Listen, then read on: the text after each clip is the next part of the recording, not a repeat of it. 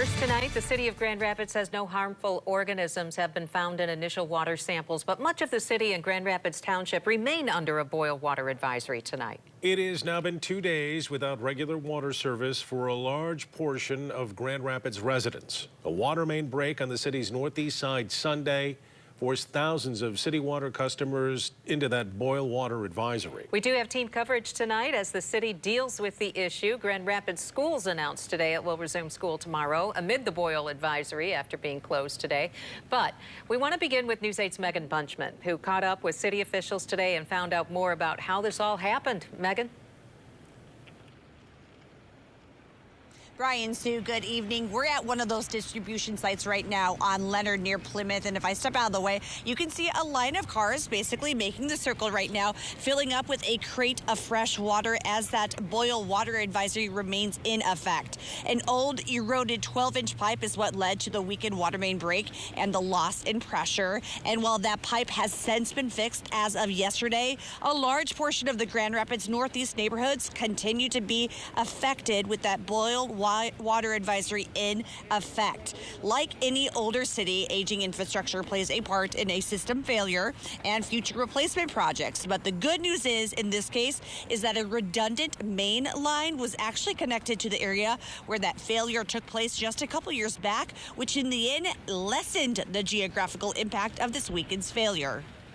We're going to look at some of these interconnects that we have that tie multiple pressure or transmission mains together and stuff like that.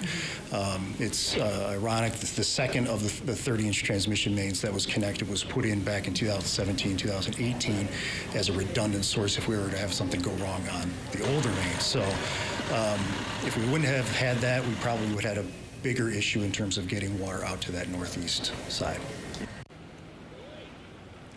Now, that first round of testing again came back negative today for any contaminants. It's a second round of testing that will happen tomorrow morning. That will be the indicator if our water is safe after that 48-hour period. And then a actual lift of that advisory will be sent out with reverse 311 calls as well as a Nixle release from public safety. Coming up at 6, we sat down with the city manager to talk about what's next for the city of Grand Rapids, those impacted by that water main break, and the businesses as well. You'll hear more from him at 6 o'clock. For now, I'm Megan Bunchman, live in Grand Rapids. Back to you. All right, some good news today. Maybe a light at the end of the tunnel as they work to repair that. You saw a busy line, though, as the water is still being handed out. Schools were canceled in Grand Rapids today. News 8's Demetrius Sanders live outside the Franklin Campus Administration Building with more on what parents need to know. Demetrius? Well, the decision to reopen the district was made after the results of those initial water tests came in. And when students go back to class tomorrow, you can expect a few changes. Now, drinking fountains will be turned off and water and hand sanitizer will be available at schools located within the boil water advisory zone. The GRPS Nutrition Services facility will also serve breakfast and lunches that do not require tap water. And if any water is used for preparation, it will be boiled beforehand. Now, the GRPS facilities and operations team has also started flushing water systems at buildings within the impacted zone and will continue doing so as additional tests and recommendations come in. Safety is always our top priority. We know there are risks either way when we have situations like this, but we know that having our scholars have to stay home also presents its own challenges for many of our families. So we took a close look at this and made the decision that, you know, if we could open school, we would. And with the promising signs coming from the city early on, we decided to go ahead and open school. Now, GRPS says that bottled water will be available to students through at least the end of this week. Live in Grand Rapids, Demetrius Sanders, News 8. All right, Demetrius, thank you for that. The Grand Rapids City Commission is set to meet in about the next hour and a half. A district announcing it will reopen after a temporary closure that was caused by the boil water advisory order affecting portions of the city. And that's where we find News 8's Amanda Porter tonight. Hi, Amanda.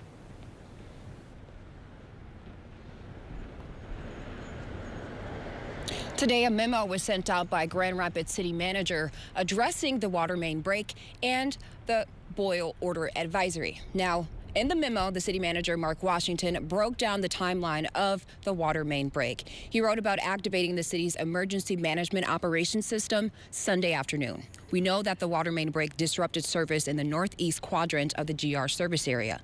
The memo says they know the main break impacted people, businesses, and schools. The memo says at this time, the city and community partners are interested in recovery efforts. According to the memo, signs of a loss of pressure started around 12:30 March 17th.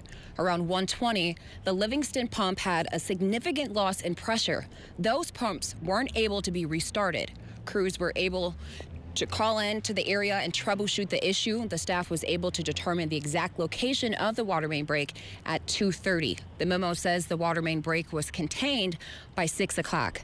Most users did have water pressure, though, by 4:30, but a boil order advisory was issued due to low pressure water possibly having bacteria in it.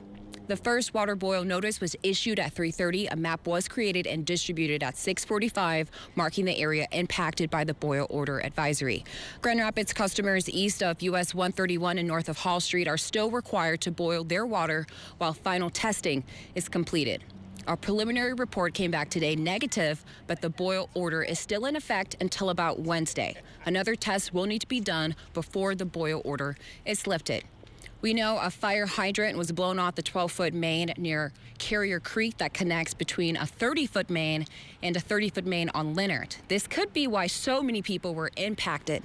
The main break is now back to normal, but a second final test still needs to be done. We should be hearing from Grand Rapids commissioners later tonight at 5:30. I'll have much more information from them coming up later tonight at 6, 10, and 11. But for right now, I'm live in Grand Rapids. Amanda Porter, News 8. All right, Amanda, thank you. We'll continue to provide you updates on the boil water advisory. Look for more live coverage tonight at 6 and head on over to woodtv.com for updates anytime.